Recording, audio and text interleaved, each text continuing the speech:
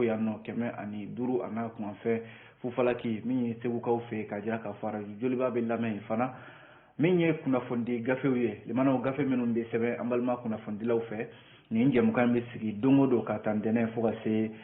jumadon ma ni waati mana se ka se ka gafe ninnu kɔnɔkuma yɛlɛma bamanankan na ka lakali aw ye aw bɛɛ lajɛlen bɛ se ka faamuya sɔrɔ jamana kunnafoni la o de ye an sigikun yɛrɛ ye o la an bɛ bɛɛ fo ka bɛɛ waleɲuman dɔn aw bisimila jɛmukan ye ale kɛnɛ kan an b'an da don kunnafoni la bakurunba damadɔw la ka sɔrɔ ka don kunnafoni yɛrɛ kɔnɔ ka walawala aw ye an b'a daminɛ ni fasidi sɛbɛn min ye o ye faso ka fasidi sɛbɛn don l'essor limanaw min ye kan 2021 ni o ye samata sɛgɛw kan ka ye ayiwa u yera kɛnɛ min kan ni o ye farafina jɔnjɔba limanaw n'u kama kan a jarala k'a fɔ min bɛ ka taa Cameroun jamana kan nin ye an ka samata sɛgɛw k'olu olu nin bɔra tulon na kunungo nisɔngoya kɔni bonyana kosɛbɛ sabu limanaw bɛɛ lajɛlen fari fara ko siratigɛ la o yɛrɛ ye ndolantan taabolo ye o mana bɔ yen an b'an da don l'essor ka kunnafoni wɛrɛ la ka jira k'a fɔ lakanabaliya siratigɛ la limanaw a jarala k'a fɔ ɲɔnɔ mara kɔnɔna la bi ko ɲɔnɔnkaw bɛ ka fiɲɛ sama bi kosɛbɛ ka sababu kɛ min ye an ka finitigiw ye olu ka wulikajɔw walasa ka jamanadenw n'u bolofɛnw lakana an bɛna an da don o la sisan nɔ l'essor kɔnɔ o mana bɔ yen min bɛ tali kɛ laada la maître Mundaga Tall ale ye politiki tɔn Sindiri faso yiriwatɔn ɲɛmɔgɔ ye laada la san o san limanaw a bɛ sankura foli kɛ ka ɲɛsin kunnafonidilaw ma o de senfɛ ɲina maître Mundaga Tall kumana jamana yɛrɛ bɛ lahalaya min kan a ko CEDEAO ni UEMOA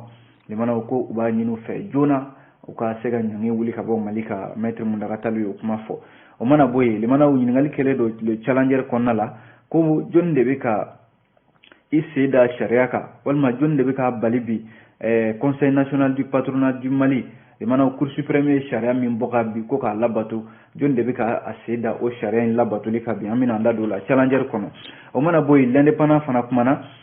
l'indépendant y'a jira k'a fɔ kabi Mali jamana y'a jira ko Danemark ni ale ye nanzaraw ka jamana a bɛ nanzaraw ka kulu kɔnɔna na Union européenne limanaw ni a jirala k'a fɔ olu ka kɛlɛcɛ minnu bɛ yan Mali jamana y'a jira k'a fɔ ko u ka ye yan nɔ ko a ma kɛ ni sariya ye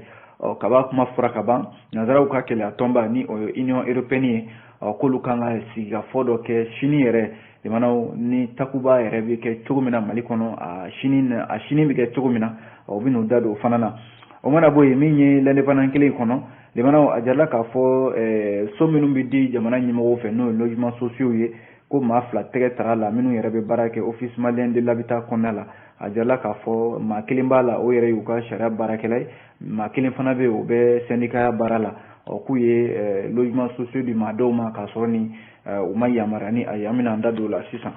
o mana bɔ yen le soir de Bamako fana kumana limanaw soir de Bamako y'a jira k'a fɔ ko min ye Florence Parly ale min ye Faransi ka ministre min bɛ yen n'a ɲɛsinnen don u ka kɛlɛcɛw ma limanaw ko Mali jamana ɲɛmaaw yɔrɔ u yɛrɛ ka fɔli la u b'a fɔ de ko junte o tɛ dɔwɛrɛ ye fanga dafirilaw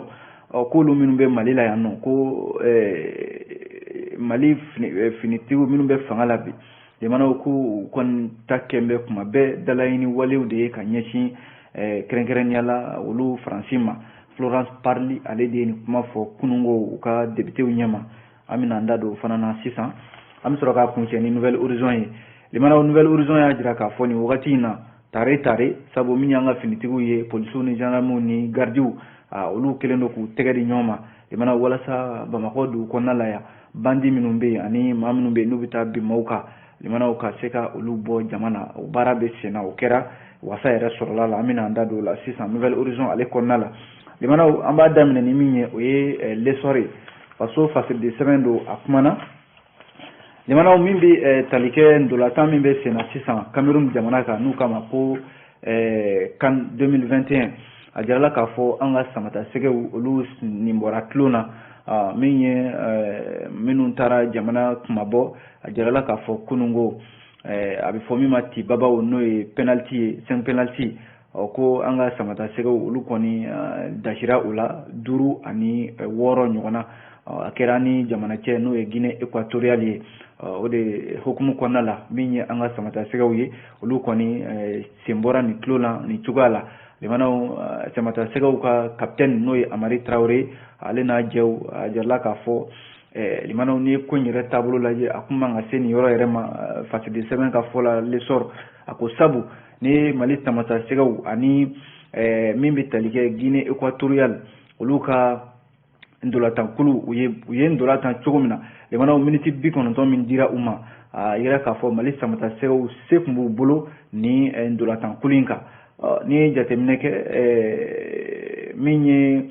capitaine Amari Traoré limanaw ana a jɛw a jɛrɛla k'a fɔ tiɲɛ yɛrɛ la an ye ndolatan dɛ an ye ndolatan ko nka limanaw min ye ndolatan yɛrɛ ye ale baraji ye bi de n'i ma se ka bi don celu limanaw i tɛ se k'a fɔ ko sebaya b'i bolo o de kɛra Mali ta ye sabu ko an ye ndolatan in bɛɛ lajɛlen kɛ k'a ban limanaw miniti 90 fo ka na farangaw k'a la n'o ye prolongation ye limanaw fu ani fu o tɛmɛna anw ni Guinée équatoriale cɛ nka an ka ndolatannaw a jɛrɛla k'a fɔ u ye ndolatan nka i b'a ye ndola min n'a bɛ taa laban celu yɛrɛ la limanaw an ka ndolatannaw de kun dɛsɛra o la kaki fo ka na kɛ yɛrɛ ndola banna fu ani fu la nka limanaw fɛn dɔ fana bɛ yen lesɔr y'o fɔ o ye k'a fɔ jalatigɛba min bɛ yen n'o tun bɛ ka file fiyɛ anw ni Guinée équatoriale cɛ ni o ye Gambi ka alvitri ye Gambi ka den don Bakari Papa Gassama limanaw ko ale kɔni a ye file min fiyɛ file in kɔni kɛra i b'a fɔ ko namara yɛrɛ ka ɲɛsin Mali samata sɛgɛw ma sabu a jarala k'a fɔ penalty kelen n'o ye ndolati maga bolo la limanaw o kelen kɛra bɛɛ lajɛlen y'a ye alvitri a ye ɲɛ tugu o kan a m'o fiyɛ a m'o di anw ma ani hali ko min ye ndolatan na fɛn min fana t'a la n'o de ye ka i ndolatan ɲɔgɔn limanaw ka ko latɔn a la ka ko ta ka ɲɛsin a ma n'u k'a ma foti limanaw ko fana dɔ taara ka ɲɛsin an ka ndolatanna dɔ ma n'o ye Amadu Haidara ye min ye Gambikaw ka nin alvitri ye limanaw a ye ɲɛ tugu nin bɛɛ lajɛlen kan hali limanaw a jarala k'a fɔ bi ndolatan hukumu kɔnɔna la ko ni ye Gambi alvitriw lajɛ olu ka fili ka bon kosɛbɛ ndolatan nin hukumu kɔnɔna la ka tila ka na a bɛ fɔ min ma ko VAR yɔrɔ VAR donna balontan ko la sisan a kɛra sababu ye limanaw fɛn o fɛn bɛ kɛ i b'a sɔrɔ a ɲininkali de bɛ kɛ VAR tɔgɔ in na VAR in kɔni ta bɛ kɛ ni min fɔra ye a b'o fɔ ni min ma bɛn a ma a b'o fana to yen n'o tɛ ko Mali ye penalty kelen min sɔrɔ ani faute min kɛra an ka joueurs la VAR ma se k'o ye k'o di anw ma ka tila ka na ndolatan ka laban nin cogoya la nka limanaw an ka samata sɛgɛw ka maa min bɛ yen n'ale de b'u kunna bi n'o ye Mohamed Magasuba ye a jarala k'a fɔ a fana a ye waleya dɔ kɛ waleya min ni maa bɛ se k'a fɔ a ma yɛlɛmaba don an ka ndolatan na sabu min ye Ibrahima Kone yɔrɔ ale Ibrahima Kone min n'ale de ye ndola kelen sɔrɔ miniti 7 yɛrɛ la o kɔ min ye Musa Dumbiya fana ye min fana kun ye wulikajɔ baw kɛ ndolatan hukumu kɔnɔna la nka limanaw i b'a sɔrɔ a wulikajɔ bɛɛ lajɛlen bɛ taa laban fu falaki la sabu ni bin ma don a la nafa t'a la walasa lesɔr ka fɔ la min ye Guinée équatoriale u ka ndolatankulu tɔgɔ de ko Zlan national a jarala k'a fɔ an ye fan fɔlɔ bɛɛ lajɛlen kɛ n'o ye ndolatan kun fɔlɔw ye limanaw min ye nin Guinée équatoriale jamana ye u ma se ka ɲɛ foyi sɔrɔ Mali bolo sabu an ye ndolatan an y'a tunu la pewu an ka samata sɛgɛw ye ndolatan kɛ i b'a fɔ ko ninnu tɛ ndolatan dɔn nka limanaw kana kɛ yɛrɛ an ma se ka bi foyi dɔn ko tiɲɛ yɛrɛ la o bɛ o sababu fana ye min ye o ye k'a fɔ an ka ndolatanna minnu bɛ yen ni u kan ka se ka n k'a fɔ ndolatan falen celu la limanaw u ma se ka o kɛ Mohamed Magasuba n'a ka cɛdenw hali n'a sɔrɔla a ye falen minnu kɛ i n'a fɔ Nos Traoré ani El Bilal Touré n'a ye olu don ndolatan hukumu kɔnɔ limanaw o kɛra sababu yɛrɛ ye ndolatan tago filananw la min ye Guinée équatoriale ye ale nana sebaya n k'a fɔ ale nana ndolatan fari falen tuguni k'a kɛ i n'a fɔ u bɛna yɛlɛma anw kan an tora o cogoya de la fo ka na se ndolatan ban waatiw ma ka na sanga 30 wɛrɛ fara kan sanga 120 ɲɔgɔnna an y'o tan limanaw si ma se si la ka na laban ci babaw la a ko ala yɛrɛ kɔni y'a ka baara kɛ sa gɛrɛjɛgɛ o ma kɛ anw ta ye min ye ndolatan ye limanaw a taara laban 5 ani 6 la Guinée équatoriale a ye seba sɔrɔ Mali kan Guinée équatoriale ko u ni olu kɔni taara ɲɛfɛ n'o ye quart de finale ye u ni ndolatan kulu wɛrɛw bɛ taa bɛn n'o ye Sénégal jamana ye a jarala k'a fɔ yan'o cɛ ndolatan min kɛra n'o ye Côte d'Ivoire ani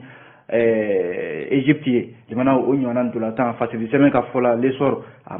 ma bɛ fama k'a ɲɔgɔnna ndolatan duman ye sabu min ye Mohamed Salah n'a ka cɛdenw ani min ye Côte kaw ye limana u ni Egypte ka ndolatan a jijara bɛɛ y'a dɔn k'a fɔ ko nin ndolatan in jijara nka limana an ka ndolatan a jarala k'a fɔ ani Côte ni Egypte ta ma kɛ kelen ye sabu an kun bɛ se ka jɔyɔrɔ ɲuman sɔrɔ k'a sɔrɔ hali a ma se ci babaw ma n'o ye 5 penalty ye a jarala k'a fɔ Mali kɔni kɔ don kan tako 33 min filɛ nin ye an tɛna ye a ko kɛnɛ ka bilen sabu an bɔra kulon na min ye Senegal ale ni Guinée équatoriale ye k'olu na ɲɔgɔn sɔrɔ do nataw la limanaw kunnafoni filɛ an ye nin bɔ l'essor ale kɔnɔna la yan'an ka bɔ l'essor kɔnɔ limanaw k'a jira k'a fɔ ɲɔnɔ mara la l'essor y'a jira k'a fɔ ko min bɛ tali kɛ armée malienne tena k'u ye wulikajɔba dɔw kɛ kɔsa in na min kɛra sababu ye ɲɔnɔnkaw nin wagati in na u bɛ ka lafiya boloda kosɛbɛ a jarala k'a fɔ armée yɛrɛ kalankan ye ɲɔnɔ mara dɔrɔn tɛ dɛ limanaw Mali fan 14 fɛn fɛn bɛ yen ko lakanabaliya ɲɔ ɲɛnen do yen nɔ armée ko kana wulikajɔ kɛ walasa sigidalamaw ka lafiya nka min fɔra o de na lakale a jarala ka min kɛra o de na lakale sake min ye ɲɔnɔ mara ye ko groupes armés n'o ye bamaci wale tigilamaw ye minnu ka baara bɛnnen do limanaw ka maaw bolofɛnw darakiw la ka maaw bɔnɛ u nin na limanaw ka taa maaw ka balow jeni misali la Farabugu yɔrɔ Farabugu kɛra yɔrɔ min ni daga sigira u dala waati jan ko nka a jarala k'a fɔ bi maa minnu bɛ taa i ka foro la o min bɛ taa dɔgɔjɔw la o sabu ɲɔnɔnkaw yɛrɛ y'a jira k'a fɔ sugu caman bɛ yen u tun tɛ olu jɔ nka o sugu caman dayɛlɛla bi misali la Dɔgɔfiri commune rurale kɔnɔna la maaw bɛ t'u ka dɔgɔw jɔ yen nɔ min ye nka ko an bɔra ka min fɔ sisan hali n'a sɔrɔla fiɲɛ kura bɛ ka ci ko nka yɔrɔ dɔw bɛ yen i n'a fɔ duguncini dɔ Faba Ɲacɛla ani Faba kɔrɔ o yɔrɔw la ko jadisiw halisa u bɛ munumunu zalo la o yɔrɔ kofɔlen ninnu na min ye commune rurale Toridagako a jarala k'a fɔ ko maaw fana lafiyara ye kosɛbɛ bɛɛ lajɛlen bɛ ka wuli ka i ka baaraw kɛ sigidalamaw yɛrɛ o seereya di l'essor maaw ma limanaw kunnafoni filɛ an ye nin bɔ l'essor ale kɔnɔna la n'an bɔra yen an bɛ don le challenger kɔnɔ limanaw challenger kumana Maître Mudaga Tall ale de ye sini di faso yiriwatɔn ye a ko a b'a ɲini CEDEAO fɛ ani UEMOA limanaw u ka ɲangi wuli ka bɔ Mali kan kabi an kumana nin kuma fɔra Maître Mudaga Tall fɛ laada de don a fɛ san o san limanaw min ye ka foli di sankura foli k'o di kunnafonidilaw ma laada min bɛ yen ni Maître Mudaga Tall san 20 ni kɔ a b'a la a jarala k'a fɔ kunungo a baara kɛra Conseil national du patronat du Mali la Bamako yan nɔ o la Maître Mudaga Tall a ka kumaw la a ye da ɲɛsin kɛrɛnkɛrɛnnenya la CEDEAO ale ni UEMOA de ma olu minnu bɛ yen n'u kɛmɛ ka Mali daw sɔgɔ bi foyi tɛ bɔ u fɛ ka don yan foyi tɛ bɔ an fɛ yan ka don u fɛ yen Maître Mudaga Tall a ka kumaw daminɛ la a y'a jira k'a fɔ a bɛ tasibila ani hakilila jigin ka ɲɛsin min ye Mali kunnafonidilaw ma ko n'i y'a ye bi limanaw démocratie jɔlen do Mali kunnafonidilaw olu y'a la jɔsen belebeleba dɔ ye a y'i da don fana kunnafonidilaw ka sariya ɲɛkɔrɔ limanaw i mana kɛ kunnafonidila ye sariya kana tugu i nɔfɛ cogoya dɔ la i n'a fɔ a man ka cogo min na n'o ye dépénalisation de la presse des délits de presse a jarala k'a fɔ o baara min filɛ nin Maître Mudaga Tall kɔni ko laɲini kɛra a mɛnna ko nka hali sisan nin baara in ma se ka kɛ an ka jamana kɔnɔna la yan a dun jirala k'a fɔ ka kunnafonidilaw ka kuma bɛɛ ka sariya wuli u nɔfɛ a jarala k'a fɔ fɛn dɔ min n'a bɛ dankari kɛ démocratie la ko nka Maître Mudaga Tall ko o t'a jira fana kunnafonidilaw ka kɛ yɛrɛsagokɛlaw ye i kan ka min kɛ baara ɲɔgɔn kɔnɔna la i t'o kɛ fo ka ko wɛrɛ kɛ k'o boloda min dun n'a tɛ ani kunnafonidi sariya tɛ bɛn a y'a jira k'a fɔ bi ko maliden bɛɛ lajɛlen b'i disi gosi Mali taabolo la bi Maître Mudaga Tall ka fɔ la sabu ko bi n'i ye jateminɛ kɛ malidenw y'a ye k'a fɔ fara ɲɔgɔn kan limanaw o de bɛ se ka kɛ ka gɛlɛya caman wuli ka bɔ an da la ko nka o n'a ta o ta CEDEAO ni UEMOA ye gɛlɛya min bɛ Mali kan ka daw sɔgɔ an da la ko a jarala k'a fɔ jamanaden dɔw bɛ yen minnu ka baara bɛnnen don limanaw waati mana gɛlɛya ka ban olu fana bɛ gɛlɛya de wuli jamana kɔnɔna la a ko a b'a f'u ɲɛna kɛrɛnkɛrɛnnen la minnu bɛ sugu kɔnɔna la minnu ye jagokɛlaw ye limanaw u ka dɔ bɔ u ka fɛnw sɔngɔ la u ka fɛnw sɔngɔ bɛrɛbɛn jamanadenw ma walasa an bɛ se ka an kɔgɔ da nin gɛlɛya ninnu na cogo min na walasa Maître Mudaga Tall a ka kumaw caman bolila o de kan a y'a jira k'a fɔ a bɛ sinsin min kan waati yɛrɛ cogoya kama o ye CEDEAO ni UEMOA min kɛmɛ ka Mali bali bi limanaw ka da sɔgɔ an da la k'a jira k'a fɔ an ma bɛn kuma la n'o ye jamana yɛrɛ taabolo ye furancɛla fanga hukumu kɔnɔna la o kɔfɛ min ye kunnafondila ɲɛmaa minnu tun bɛ kɛnɛ kan i n'a fɔ Banjugu Dante ale ye maison de la presse ɲɛmaa ye ka taa se Ba Sidiki Ture ani min bɛ tali kɛ ASEP ɲɛmaa Ba Sidiki Ture ani Banjugu Dante olu kɔni ye foliba ta ka ɲɛsin Maître Mountala Tall ma ko maa do maa min n'a ye ba don kunnafonidilaw la wa ko u bɛ min fɔ a ɲɛna bi limanaw o de ye k'a fɔ kunnafoni baara ni maa min y'a don ba la bi wa ni tiɲɛ maa bɛ tiɲɛ ta la bi limanaw ko ye Maître Mountala Tall ye kunnafoni filɛ an ye nin bɔ le challenger ale kɔnɔ yan'an ka bɔ challenger kɔnɔ limanaw a jiralen bɛ k'a fɔ ko ɲininkali kɛlen don challenger fɛ ko yalima jɔn de bɛ fɛ ka i sen da Cour suprême ale ka sariya min n'a y'a bɔ ka bin kɛrɛnkɛrɛnnenya la Conseil national du patronat du Mali ale min ye jagokɛlaw ni diɲɛ an ka sɔrɔbatigiw ka soba ye yɔrɔ ɲininkali min ni challenger ko o de ye ɲininkaliba ye maa bɛ se ka min kɛ i yɛrɛ la sabu a jirala k'a fɔ avocat 3 min bɛ yen ni olu de bɛ ka Mamadu Sɛnsi Kulubali ale lafasa ko olu ye kunnafonidilaw wele janvier kalo tile 25 tɛmɛnen kunnafonidi senfɛ u ka a kɛra min bɛ tali kɛ Bamako yan nɔ u y'a jira k'a fɔ kɛrɛnkɛrɛnnenya Maître Mamadou Sila ale ko bureau du conseil national du patronat du Mali limanaw ko kabi octobre kalo la san 2020 ko a jirala k'a fɔ min ye Jajɛ di Amadou Sangare ko ale kun ye assemblée dɔ kɛ ko ka a yɛrɛ sigi assemblée in kɔnɔna la limanaw Amadou di Jajɛ Sangare ko communicatif tribunal o ye ordonnance dɔ d'a ma n'o ye sariya sen dɔ ye k'a jira k'a fɔ ko a ka min ye CNPM a ka taa baara kɛ a kɔnɔna la octobre kalo tile 9 san 2020 o sariya kelen min ye communicatif tribunal ale tilala k'a jira k'a fɔ ko o minɛna Jajɛ di Amadou Sangare la min ye o b'a jira k'a fɔ an bɛ waati min na ko sisan challenger ka fɔ la ko nin kɔni ye sariya fila ye communicatif tribunal ye min ta ka tila ka a yɛrɛ sɔsɔ fasiri ka fɔ la nka ko Jajɛ di Amadou Sangare tilala k'a ko ta ka taa n'a ye min ye cour d'appel o yɔrɔ la o tilala ka ordonnance dɔ kɛ n'o ye sariya dɔ ye limanaw octobre kalo tile 30 k'a jira k'a fɔ ko min ye Amadou di Jajɛ Sangare ko ale yamaruyalen don a ka conseil national du patronat du Mali a ɲɛ minɛ min ye yɔrɔ ko kɛra ɲɔgɔn sɔsɔ dɔ b'a bila dɔ b'a ta min ye Mamadu Sɛnsi Kulubali ale fana ka avocat ye o ko ta ka taa n'a ye min ye kiiri bulonba min bɛ kiiri bɛɛ lajɛlen sanfɛ n'o ye cour suprême ye limanaw o fana tilala ka fɛn fɛn ye sariya ta a kɛra cour d'appel ye o a kɛra communicatif tribunal ye o k'a bɛɛ lajɛlen jɔsi ka bɔ yen ko assemblée fila min kɛra Mamadu Sɛnsi Kulubali ani Amadou di Jajɛ Sangare fɛ ko a bɛɛ lajɛlen si tɛ baara ti kɛ n'a si ye bilen limanaw an b'o kuma na waati min na Amadou di Jajɛ Sangare a jala k'a fɔ Maître Mamadou Sila ka fɔ la ko hali sisan min Amadou di Jajɛ Sangare ale bɛ CNPM kɔnɔna la o ye ɲininkali damadɔ k'a yɛrɛ la n'o ye a ka avocat dɔ wɛrɛ bɛ Maître Seku Umar Bari ale ko a y'a fɔ kunnafonidilaw ye ko Amadou di Jajɛ Sangare ko jɔyɔrɔ jumɛn de b'a bolo limanaw ka conseil national du patronat du Mali a ɲɛmaya minɛ bi ko jɔn de bɛ k'i sen da cour suprême ale fana ta sariya kan ko maître Boubacar Soumare ale fana y'a jira k'a fɔ ko Mali bilama limanaw sariya mana ta ka ban i b'a sɔrɔ a labatoli an ka jamana kɔnɔna la o de ye baara ye a y'a ɲini kunnafonidilaw fɛ k'u ka taa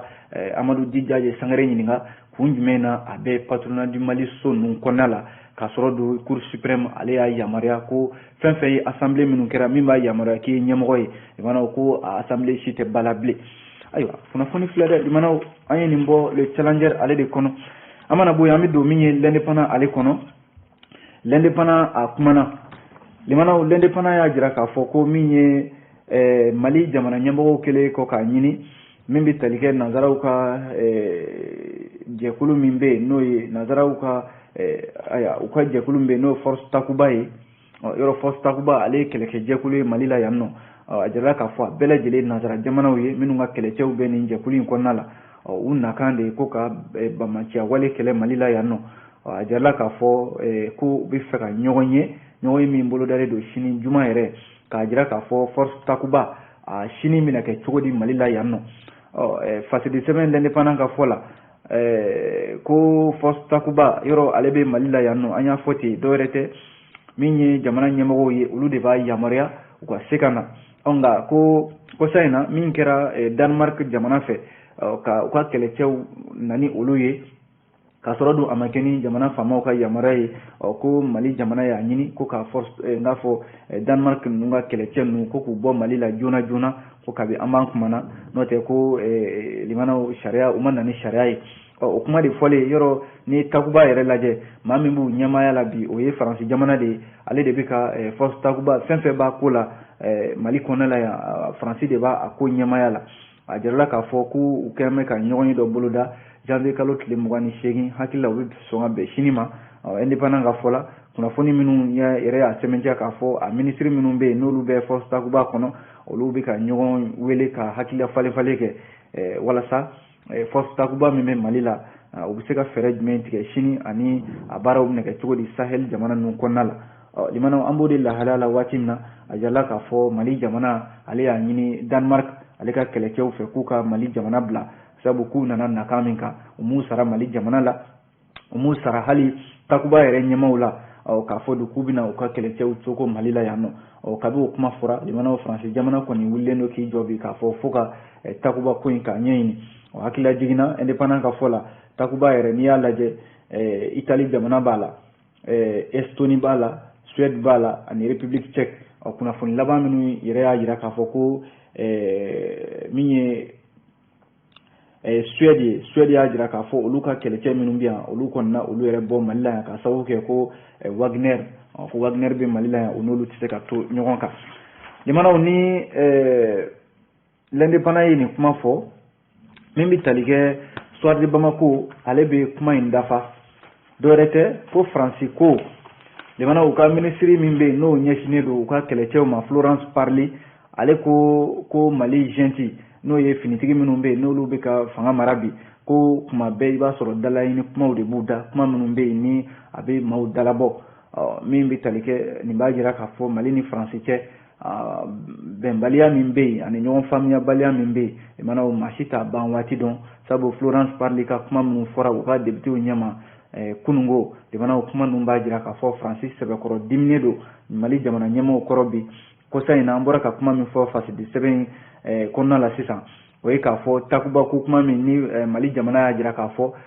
Denmark ka kɛlɛcɛw b'a kɔnɔna la ko u nakan min kɛra u mana sariya kan Florence Parly a y'i da don o la a y'a jira k'a fɔ k'olu ka dɛmɛ bɛɛ lajɛlen bɛ Denmark kɛlɛcɛw yɔrɔ ko wa ko Mali jamana n'o ye junte o ɲɛmɔgɔw ye hakilila min ta ka ɲɛsin Denmark kɛlɛcɛw ma limanaw ko u bɛ olu kɔ wa u b'u dɛmɛ o la sa min ye Florence Parly ye a tilala ka sɛbɛntiya u ka députéw ɲɛma k'a fɔ ko min ye Wagner ye k'o bɛ Mali jamana kɔnɔna la k'o bɛ Mali dugukolo sanfɛ wa k'u tɛ jɛn ni o ye wa fana k'u tilala ka na bɔ a kalama u bɛ fɛn min fana kɔn limanaw n'o ye Burkina jamana ye ko olu ka fanga dafiri fana kɛra Florence Parly a y'i da don nin bɛɛ lajɛlen la a tilala k'a jira k'a fɔ ko a bɛ fɛ k'a jira a jɔyɔrɔ in na yen nɔ n'o ye u ka députéw ɲɛma ko Denmark ka kɛlɛcɛ minnu bɛ yen n'o bɛ Mali la yan k'u mana u yɛrɛ ma dɛ k'u nana sariya de y'a ɲɛfɔ wa Mali jamana de jɛnna n'a ye ko cogo di ko Mali jamana bɛ se k'a fɔ ko olu ka taa ka bɔ Mali la yan nɔ limanaw nin ko in yɛrɛ bɛɛ lajɛlen a daminɛna yɔrɔ jumɛn kabi Mali premier ministre Dr Choguel Kokala Mayiga ale tun bɛ diɲɛ kɛlɛya tɔnba u ka jɛrɛ kɛnɛ kan a y'a jira k'a fɔ ko Faransi ye i fori ka bɔ anw kɔrɔ k'an to pan na ko ka bɔ o kuma fɔra min ye Faransi jamana ye kuma si tɛ u ma min fɔ ka ɲɛsin Mali jamana ma a kɛra Mali jamana ɲɛmɔgɔw ye o a kɛra fɛn fɛn ye limanaw Faransi tɛ saliya fiyewu ka jalaki bɛn min ye finitigiw kan limanaw o sama-samani o de bɛ anw ni Faransi cɛ nin wagati ninnu na kunnafoni filɛ Soir de Bamako de y'a fɔ an bɛ to l'indépendant ale kɔnɔna la limanaw l'indépendant y'a jira k'a fɔ ko min ye so minnu bɛ di maaw ma n'o ye logements sociaux ye limanaw a jirala k'a fɔ ko nanbara dɔw bɛ a ko hukumu kɔnɔna la face de sɛbɛn l'indépendant ka fɔ la o de kama ko pôle économique et financier ale ye sɛgɛsɛgɛli dɔw dayɛlɛ dɔgɔkun tɛmɛnen in na sɛgɛsɛgɛli minnu bɛ yen n'a jirala k'a fɔ tɛgɛ yɛrɛ taara kɛ office malien de l'habitat o baarakɛla dɔw la minnu bɛ yen ni olu de bɛ nin ko in kɔrɔ a jirala k'a fɔ kɔsa in na yɔrɔ min ye logements sociaux so minnu bɛ di maaw ma gouvernement de bɛ a hakilila ta limanaw ka so di maaw ma a kɛra sababu ye maa caman ye so sɔrɔ maa caman kɛra sotigi ye mali kɔnɔna la yan ni hakilila bɔra ala ma hinɛ na amadu tumani ture ATT fo ka ATT yɛrɛ tɔgɔ da so ninnu na bɛɛ k'a ma ko ATT bugu limanaw l'indépendant ka fɔ la ni jamana faamaw hakilila de ko ka so di jamanadenw ma bɛɛ ka se ka don i halala so kɔnɔna la ko nka a jarala k'a fɔ so ninnu bɛ di cogo min na kuma dɔw la tiɲɛ na namara dan y'a ko ye o de la kɔsa in na so ninnu bɛ di cogo min na a jarala k'a fɔ ŋanamu min b'a la o de la jamana faamaw y'a ɲini office malien de l'habitat u ka se ka so ninnu k'a kɛ feere yɛrɛ ye siɲɛ kelen a kana kɛ so ka di maaw ma nka u k'a feere so minnu bɛ yen n'u ma se ka di o de feere hukumu kɔnɔna la limanaw office malien de l'habitat wulila k'i jɔ ka taa lajɛ so minnu bɛ yen ni a kan ka feere cogo min na a kan ka don sira minnu fɛ u taara bɔ a kan k'a jira k'a fɔ maa dɔw bɛ yen olu bɛ so ninnu kɔnɔna la u ye sɛgɛsɛgɛli boloda ka taa ye k'a fɔ u ma kofɔlen ninnu k'olu tɛ so ninnu dira u ma cogo min na sɛbɛn fɛn fɛn bɛ yen n'o kan ka kɛ sɛbɛn k'a di o tɛ ninnu bolo wa o ma taama ni sariya ye o de la office malien de l'habitat ale sɔrɔla ka ko in ta ka taa n'a ye sariya ɲɛkɔrɔ ka plainte kɛ contre X limanaw o de la commune 3 tribunal ale ka sɔrɔ ka sɛgɛsɛgɛli dayɛlɛ a jala k'a fɔ office malien de l'habitat yɛrɛ baarakɛla dɔw n'o ye u ka baarakɛla dɔw ɲɛsinnen u ka sariya ko ma dɔ fana bɛ o ye syndicat ye olu minɛna k'olu bɛ kaso la nin waati ninnu na wa maa caman bɛ yen olu bɛ ka ɲininka limanaw walasa ka se ka sɛgɛsɛgɛli k'a sama ka se a dan na kunnafoni fila an ye nin bɔ l'indépendant ale kɔnɔ an b'a kun cɛ teliya la ni fasidi sɛbɛn nouvelle horizon ye fasidi sɛbɛn y'a jira k'a fɔ limanaw nin waati in na maa bɛ se k'a fɔ tare bamakɔ dugu kɔnɔna la yan sabu ko min bɛ tali kɛ polisiw ka wulikajɔ min kɛra limanaw min kɛra janvier kalo tile 25 tarata tɛmɛnen san 2022 k'a daminɛ nɛgɛ kanɲɛ 21 ka taa bila nɛgɛ kanɲɛ fufalaki la brigade anticriminelle BAC brigade spéciale d'intervention BC ani groupement mobile de sécurité GMS commissariat de police 6e 12e 16e 17e ani gendarmerie nationale ka taa se garde nationale ma limanaw k'olu ye wulikajɔ dɔ kɛ bamakɔ sigida fɔlɔ commune 1 kɔnɔna la kɛrɛnkɛrɛnnenya la koɲumani babuyabugu bangoni zɛngɛnɛkɔrɔbugu o ni a dafɛlaw fo ka taa se nafaji kaburudo fanfɛlaw ma fo ka taa se fajigila limanaw k'a kɛra sababu ye ani minkɛyɔrɔ dɔw bɛ bamakɔ yan nɔ u taara cun o yɔrɔw kan a bɛ se maa 85 ɲɔgɔnna ma u ye tɛgɛ kɛ maa minnu na wa ko olu la muso 20 o b'a la a jirala k'a fɔ bolimafɛn 72 u sera ka tɛgɛ kɛ olu la ani fo ka taa se telefɔniw ani fɛn caman ma limanaw u ye nin minɛ maa minnu na ni olu ka wulikajɔ de limanaw ka bi mɔgɔw kan a jirala k'a fɔ opération min filɛ nin n'u k'a ma ko opération coup de pied dans la fourmilière limanaw tuma bɛɛ i b'a sɔrɔ an ka finitigiw bɛ nin baara kɛ tunga ani balaka wuli ka taa bin min ye walejugu tigilamaw kan limanaw u bɛ yɔrɔ o yɔrɔ hali n'a kɛra dugumɛnɛwo ye limanaw ka se ka u bɔ jamanadenw cɛla walasa maaw bɛ se ka lafiya cogo min na u ka a baara fɔlɔ yɛrɛ min kɛra bamakɔ yan nɔ hali n'a sɔrɔla sigidalamaw caman bɛ yen limanaw olu ye foli kɛ ka ɲɛsin nin waleya in ma u ko k'u bɛ an ka finitigiw fo kosɛbɛ u ka tɛmɛ ni nin baara in ye walasa maaw bɛ se ka sunɔgɔ u ka so cogo min na lafiya yɛrɛ la limanaw waati sera an bɛ kunnafoni bila yan nɔ an sera ka min lakali aw ye ka bɛn ni waati ye o ye nin ye an bɛ aw fo dantɛ foli min na o kuma an b'a fɔ aw k'an bɛn sini juma ni ala sɔnna